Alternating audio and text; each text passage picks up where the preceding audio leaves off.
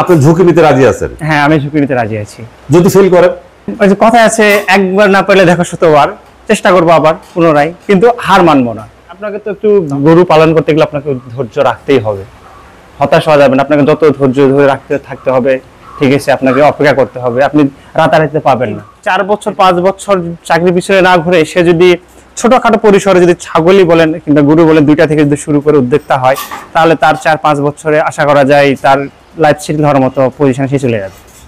আসসালামু আলাইকুম, শুভেচ্ছা সুপ্রিয় দর্শক, যুবকথায় স্বাগত জানাচ্ছি আমি রায়হান দেওয়ান।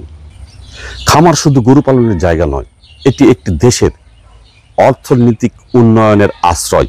তাই গরু, ছাগল, ভেড়া আর হাঁস মুরগি পালন গ্রামের ঘরে ঘরে আনে আয়, সমৃদ্ধি আর উন্নয়ন।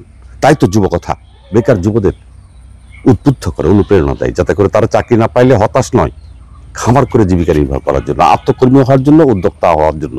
তারই ধারাবাহিকতায় আজ আমি এসেছি জয়পুরহাট জেলার সদর উপজেলার একটি গ্রামে। এই গ্রামে এক ভাইয়ের একটা ছোট্ট গরুর খামার আছে। সেই খামারের তথ্য আপনাদের সামনে উপস্থাপন করছি। হ্যাঁ বাবু, ভালো আছেন? হ্যাঁ দাদা, ভালো আছেন? হ্যাঁ, ভালো না? হ্যাঁ। এখন কয়টা গরু আছে আপনার? এখন 11টা গরু আছে। আচ্ছা, এটা কি ধরনের গরু আছে? এখানে আপনি প্রথমে শাহিওয়াল ছিল, এখন ফ্রিজিয়ান আছে। আচ্ছা আচ্ছা, তো গরু পালন তো অনেক ধরনের হয়, তাই না? আপনি কি ধরনের গরু পালন করেন? আমি মূলত গাভী পালন করি। আচ্ছা, গাভী পালনে বেশি লাভ নাকি বাছুর পালনে বেশি লাভ?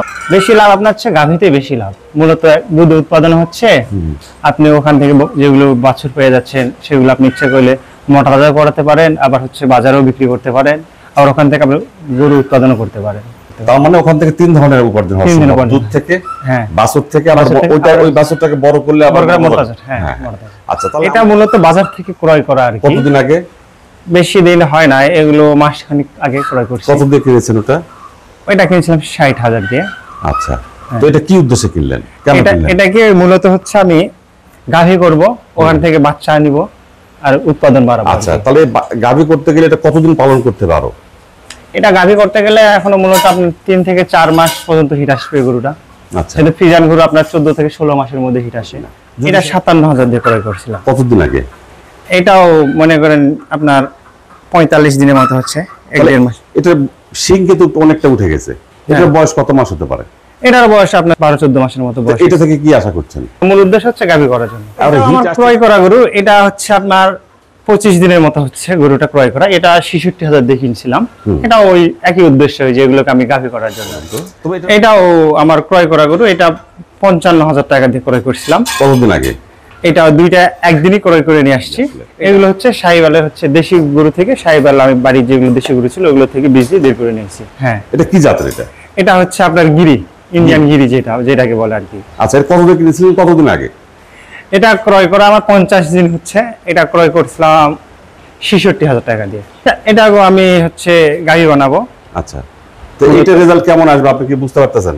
এর আগে গির পালন করি নাই, কিন্তু এর আগে একটা গির বকনা হয়েছিল, যাই রাখতে পারি না, এটা ছোট থেকে বিক্রি করে দেওয়া হয়েছিল। পরে চিন্তা ভাবনা করছি একটা গির জাতের গাভী করবো, এই জন্য এটা বাজার থেকে কিনে নিয়ে আসছি। আমি মূলত হচ্ছে আমি ভেটেরিনারি ওষুধের ব্যবহার কম করি। আমি চাই যে প্রাকৃতিক, মানে আমি নিজস্ব একটা খাদ্য তৈরি করে গরুকে খাওয়াই, মানে অর্গানিক ভাবে খাওয়ান। হ্যাঁ, এতে রেজাল্টটা কি পান আপনি? এতে রেজাল্টটা হয় কি, আপনার আমার গরু হচ্ছে সুস্থ থাকে, সবল, মানে পার্শ্ব প্রতিক্রিয়া নেই। ঠিক আছে, আপনার 100 কেজিতে আপনার 40 কেজি ভুট্টা, 20 কেজি ধান, 20 কেজি গম, ঠিক আছে, আপনার হচ্ছে 10 কেজি খোল থাকবে, 90, আপনার বুট 2.5 কেজি, ঠিক আছে, সয়াবিনের খোল 5 কেজি, বাকি হচ্ছে আপনার 2.5 কেজি হচ্ছে আপনার ঝিনুকের গুঁড়ো। ঝিনুকের গুঁড়ো দেন? হ্যাঁ। ঝিনুকের গুঁড়োটা কেন দেন আপনি? ঝিনুকের গুঁড়ো মূলত হচ্ছে আপনার ক্যালসিয়ামের জন্য ঝিনুকের গুঁড়ো।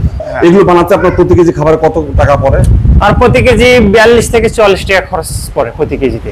আচ্ছা, এগুলোটা এখনো বাচ্চা দেয় না। এগুলোটা আমার একটা বাচ্চা নষ্ট করছিল, মানে আপনার এই 6 মাসের মধ্যে একটা বাচ্চা আসছিল, বাচ্চা কোনো কারণবশত নষ্ট হওয়ার পরে আবার বীজ দিছি। গরুটা বর্তমানে এখন 4 মাসের প্রেগন্যান্সি আছে। কি জাতের বীজ দেওয়া আছে? এটা শাহিওয়াল 100 দেওয়া আছে। মূলত আমি হচ্ছে গরুকে ঘাস খাওয়াই, ঘাসের উপর নির্ভরশীল, এবং দানাদার খাওয়ার অল্প পরিমাণ, বলতে গেলে হচ্ছে আপনার 1 কেজির কম।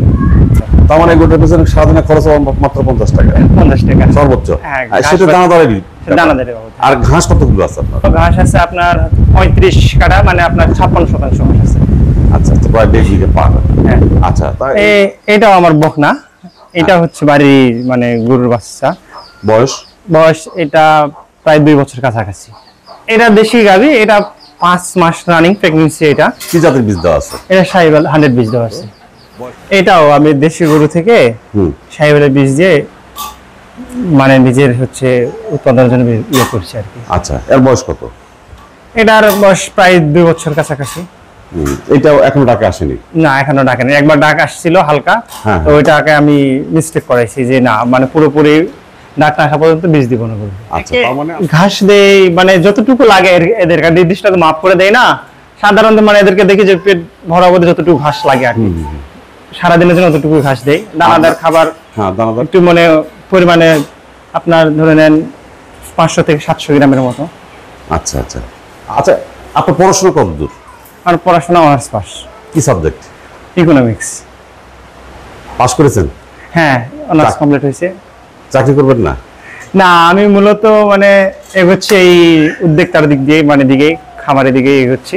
মানে চাকরি বাকরি করার পরিকল্পনা খুবই কম। যদি আমি এদিকে সফল হতে পারি তাহলে ওই দিকে আর এগোবো না।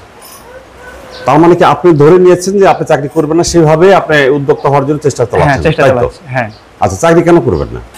আসলে চাকরি করতে গেলে আপনার একটা নির্দিষ্ট স্কিল লেভেল থাকে। দেখেন, আপনার যদি 20,000 বেতন হয়, আপনি এর বেশি আর খরচ 20 থেকে 25-30 হাজারের মধ্যে বেতন পাবেন।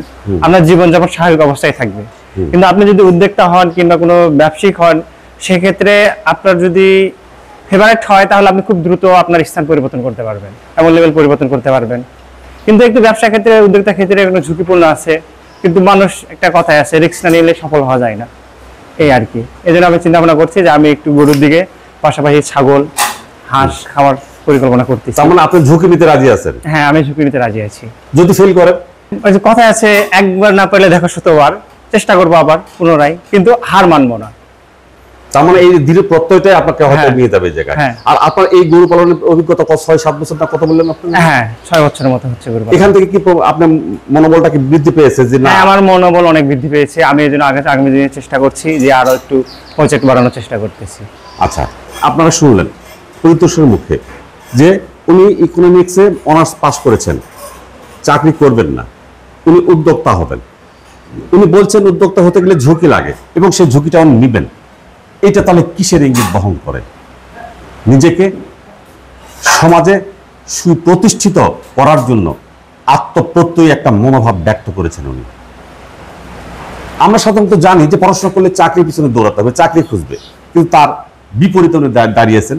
এই জায়গাটায় আপনাদের যদি কোনো মন্তব্য থাকে, এই ঝুঁকিটা নেওয়া কি ঠিক হলো বা ঠিক হচ্ছে কি এই এত পড়াশোনা করার পর? আমার বাচ্চা দিয়ে 24টা ছাগল আছে। 24টা ছাগল আছে? হ্যাঁ। এটা এই ছাগলটা কতদিন থেকে পালন করছেন? ছাগলটা মূলত অনেক আগে থেকেই ছিল, কিন্তু কম ছিল। কিন্তু এবার চিন্তা ভাবনা করছি একটু ছাগলের প্রজেক্টের এদিকে আগাবো, ছাগল একটু বৃদ্ধি করব। এই জন্য মূলত এবার নতুন করে আরো কয়েকটা ছাগল নিয়েছি। তো ছাগল বৃদ্ধি করবেন উদ্দেশ্য নিয়ে করছেন, সেই উদ্দেশ্যটা কি আপনার? আপনার মূলত আমার ছাগলের উদ্দেশ্য হলো যে আমি যদি গরু খামার করি, আমার প্রতি মাসে 5 থেকে 6,000 টাকা খরচ হবে। যেহেতু আমার বাড়িতে কোনো ইনকাম সোর্স নেই, আমি চাকরি বাকরি করছি না, আমার মূল উদ্দেশ্য হচ্ছে গরু খামার, তাহলে প্রতি মাসের জন্য আমার দেখা যাচ্ছে 5 থেকে 6,000 টাকা খরচ পড়বে।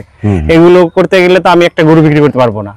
দেখা যাচ্ছে আমি একটা ছাগল 6 থেকে 7,000 টাকা ছাগল বিক্রি করে দিলে আমার 1 মাসে 1.5 মাসের খাবার ওখান থেকে বের হয়ে আসতেছে। মূলত এই উদ্দেশ্যে আমি ছাগল খামার করতেছি। আচ্ছা, এই ছাগলগুলো কি কি জাতের আছে আপনার এখানে? আমার এখানে দেশি ক্রস বিটের ছাগল আছে, ঠিক আছে, আপনার হরিয়ানা ক্রস আছে। এই মা ছাগল কয়টা আছে? মা ছাগল আমার আছে এখানে 14টা মা ছাগল আছে। তো এগুলো বছরে কয়টা বাচ্চা দেয়? বছরে 2বার বাচ্চা দেয়। এটা হলো আপনার 15 মাসে 2বার বাচ্চা দেয়? হ্যাঁ, 15 মাসে 2বার বাচ্চা। যদি 2টা করে 4টা হয়? 4টা হয়। হ্যাঁ, তাহলে 16টা হলে 464টা। 64টা। হ্যাঁ, এক বছরে আপনার 15 মাসে হয়ে যাচ্ছে। এক বছরে। হ্যাঁ, এই 16টা থেকে। আর যে অন্যান্য যেগুলো আছে সেগুলো আছে। তার মানে ছাগল পালন অনেক লাভজনক। তাই? আচ্ছা, ছাগলের সঙ্গে আপনি কতদিন থেকে আছেন? আমি ছাগল মূলত অনেকদিন থেকে, গরু জবে থেকে তখন থেকে আসি, কিন্তু আমি ছাগলের দিকে এগোতাম না। পরে পরিকল্পনা চিন্তা ভাবনা করে দেখছি আসলে আমার মূলত ছাগলটাই বেশি প্রফিট দিচ্ছে। আপনার একটা ছাগল যদি 6,000 টাকা দিয়ে ছাগল কেনেন, বছরে ওই মানে 15 মাস পরে যদি বাচ্চা দেয়, 4টা বাচ্চা, 4-5 করে 20,000, একটা 6,000 ছাগল 20,000 টাকা দিয়ে যাচ্ছে আপনার অনায়াসে। আর এদের জন্য বাড়িতে কোনো খাবার দিতে হয় না। এটা হচ্ছে আমার বেশি সুবিধা, যে আমি যেগুলো ঘাস নিয়ে আসি, ঘাসগুলো নিয়ে আসে রাখে দেয়, ওই ঘাসের আগাগুলো যে পাতাগুলো খেয়ে নেয়, পরে ওগুলো আবার গরুকে কাটে দেয়। এটা আমার হচ্ছে বাড়তি সুবিধা। মানে এই ছাগলের কোনো খরচ নাই ছাগলের পিছনে? না, আলাদা কোনো খরচ করতে হয় না আমার। গরু খাবার গরু খাবার দিয়ে হয়ে যায়। মানে ধরেন আমার 2টা গরুর খাবার দিয়ে 20-25টা ছাগল পালন করা সম্ভব আর কি। তার মানে এখানেও একটা বড় হ্যাঁ, অঙ্কের লাভ পাওয়া যাবে যদি ছাগলটা যথাযথভাবে পালন করা যায়। যদি পালন করা যায়। হ্যাঁ আচ্ছা, আমাদের ঝুঁকি ছাড়া তো কিছু সম্ভব না। হ্যাঁ, গরুতে যেমন ঝুঁকি আছে, ছাগলে তো আছে। সেটা কি? ছাগলের মূল সমস্যা হচ্ছে পিপিআর। আপনি বছরে যদি 2বার পিপিআর যদি আপনার ডোজ কমপ্লিট করা থাকে, ছাগলের তেমন কোনো অসুখ হয় না। ছাগলের মূলত সমস্যা হচ্ছে পিপিআর। এটা আপনি নিয়মিত করেন তো? হ্যাঁ, এটা নিয়মিত আপনি কৃমি, ভিটামিন আর পিপিআর নিয়মিত যদি করা থাকে, আপনার খামার সুস্থ, ছাগল সুস্থ থাকবে। আর একটু খাবারের দিকে লক্ষ্য রাখতে হয়, এতটুকুই আর কি। ছাগলের মূলত বেশি রোগ বেলায় খুবই কম আর কি। আচ্ছা, হ্যাঁ, এগুলো তারপর চীনা হাঁস যেগুলো বলে। কয়টা আছে? 13টা হাঁস আছে আমার এখানে। তো হাঁসটা কেন আবার এর মধ্যে? হাঁসটা হচ্ছে মূলত যে অনেক সময় ছাগলগুলো যে খাবারগুলো নষ্ট করে, যে খাবারগুলো খেতে চায় না, খাবারগুলো তো অনেক সময় ফেলাই দেয়। তো ওই খাবারগুলো এই হাঁসগুলো খেয়ে ফেলে, এগুলো আর নষ্ট হয় না। ওই খাবারের জন্য হাঁসগুলো রাখছি। তার মানে এই হাঁসগুলো কি ঘাসও খায়? ঘাসও খায়, হাঁসগুলো। তার মানে আপনি গরুর সঙ্গে যে ঘাস উচ্ছিষ্ট থাকে সেটা ছাগলে খায় আপনি। হ্যাঁ, আবার ছাগলের থেকে যেটা উচ্ছিষ্ট হলো সেটা ঘাসে খায়। হাঁসে খায়। হ্যাঁ, তার মানে আপনার কোনো কিছু অপচয় হয় না, অবচয় হয় না। হ্যাঁ, তাই তো? এটাই আপনার উদ্দেশ্য তো? হ্যাঁ, উদ্দেশ্য এটাই। আপনার যে বড় হাঁসগুলো আপনার 1500 থেকে 2000 টাকা দাম, এগুলো বড় হাঁসের। আপনার ছোটগুলো আপনার 700 থেকে 1200 টাকা পর্যন্ত। এত দাম হলো কেন? ওজনটা কত হয় আপনার যেগুলো হাঁসা ওজন প্রায় 3.5 থেকে 4 কেজি, 4.5 কেজি পর্যন্ত ওজন হয়। এটার স্বাদ কেমন? এটার স্বাদ অনেক সুস্বাদু এই মাংস। আপনার গরু পালন কি লাভজনক? হ্যাঁ, লাভজনক গরু। কিন্তু মানুষ যে বলে গরু পালন লস। অনেকেই গরু পালন শুরুতে প্রফিটের আশা করে, যে আমি 1 বছর কিংবা 6 মাসের মধ্যে প্রফিট পেয়ে যাব, এই আশায় অনেকে গরু পালন করে। তারা হচ্ছে লাভটা আশা করার জন্য তারা বলে গরু পালন লস। কিন্তু আপনাকে গরু পালতে গেলে আপনাকে অবশ্যই অপেক্ষা করতে হবে 5 বছর, 4 বছর, 3 বছর পর্যন্ত আপনাকে অপেক্ষা করতে। তারপরে আপনি বুঝতে পারবেন যে আসলে গরু পালন লাভজনক না লস প্রফিট। তো এখানে আমার দেশি গরু পালন বেশি লাভ নাকি আপনার ফ্রিজিয়ান বা ক্রস গরুগুলো পালন বেশি লাভ? আসলে এটা আবার নির্ভর করে আপনার এলাকা ভিত্তিকে। আপনার এলাকায় দুধের চাহিদা কেমন, মাংসের চাহিদা কেমন, বাছুরের চাহিদা কেমন, এটা আগে বুঝতে হবে আপনার খামার করতে গিয়ে। চাহিদা বুঝে যদি আপনি গরু পালন করেন তাহলে আপনার অবশ্যই প্রফিট আসবে। তার মানে যেটা উৎপাদন করবেন সেটার বিপণন ব্যবস্থা কতটুকু যথাযথ আছে বা ভালো আছে, হ্যাঁ, তার উপর নির্ভর করে আপনি আপনার মানে খামার থেকে উৎপাদনটা করবেন। ঠিক আছে। আবার দেখা যাচ্ছে আপনার এলাকায় হচ্ছে মোটা তাজা গরুর মাংসের চাহিদা বেশি, তাহলে আপনি মোটা তাজা দিকে যাইতে পারেন খামারটা করতে। আচ্ছা, পড়াশোনা করলে মানুষ চাকরি খোঁজে, কিন্তু আপনি চাকরি না করে এটা কেন? বাংলাদেশে প্রতি বছরে যে পরিমাণ পাশের হার, যে পরিমাণ ছাত্র পড়াশোনা শেষ করে গ্রাজুয়েশন কমপ্লিট করে, তার অর্ধেক পরিমাণে চাকরি পায় না। চাকরি না হওয়ার কারণে বেকারত্বের সমস্যা বেশি। আর অনেকে চাকরি আশায় বেকার থেকে যায়, যে আমি পরবর্তীতে নেক্সট বছর চাকরি পাবো, আবার চাকরি পাবো, এই আশায় দেখা 3 বছর, 4 বছর, 5 বছর চলে চাকরি হয় না, ভালো একটা চাকরি পায় না। শেষে যখন চাকরি বয়স শেষ, তখন দেখা যাচ্ছে আপনার বেসরকারি কোনো প্রতিষ্ঠানের জন্য 10-15 হাজার, 20 হাজার বেতনে, তারও কমে বেতনে চাকরি করে। এটা দিয়ে তাদের জীবন চলে না। এই 4 বছর 5 বছর চাকরি পিছনে না ঘুরে সে যদি ছোটখাটো পরিসরে যদি ছাগলই বলেন কিংবা গরু বলেন 2টা থেকে যদি শুরু করে উদ্যোক্তা হয়, তাহলে তার 4-5 বছরে আশা করা যায় তার লাইফ সেটেল হওয়ার মতো পজিশনে সে চলে যাবে।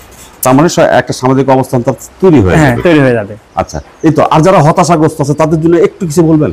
যারা হতাশাগ্রস্ত আছে তারা হচ্ছে মূলত এখন থেকে চেষ্টা করে যাক, যে আমি পড়াশোনা করতেছি, পড়াশোনার পাশাপাশি চাকরি জব খুঁজতেছি, পাশাপাশি 2টা ছাগল কিংবা 2টা গরু একটু কোথা থেকে ঋণ হোক কিংবা হচ্ছে ধার দেনা করেও যদি 2টা গরু পালে, 2-3 বছরে অটোমেটিক সে একটা ভালো পজিশনে দাঁড়িয়ে যাবে।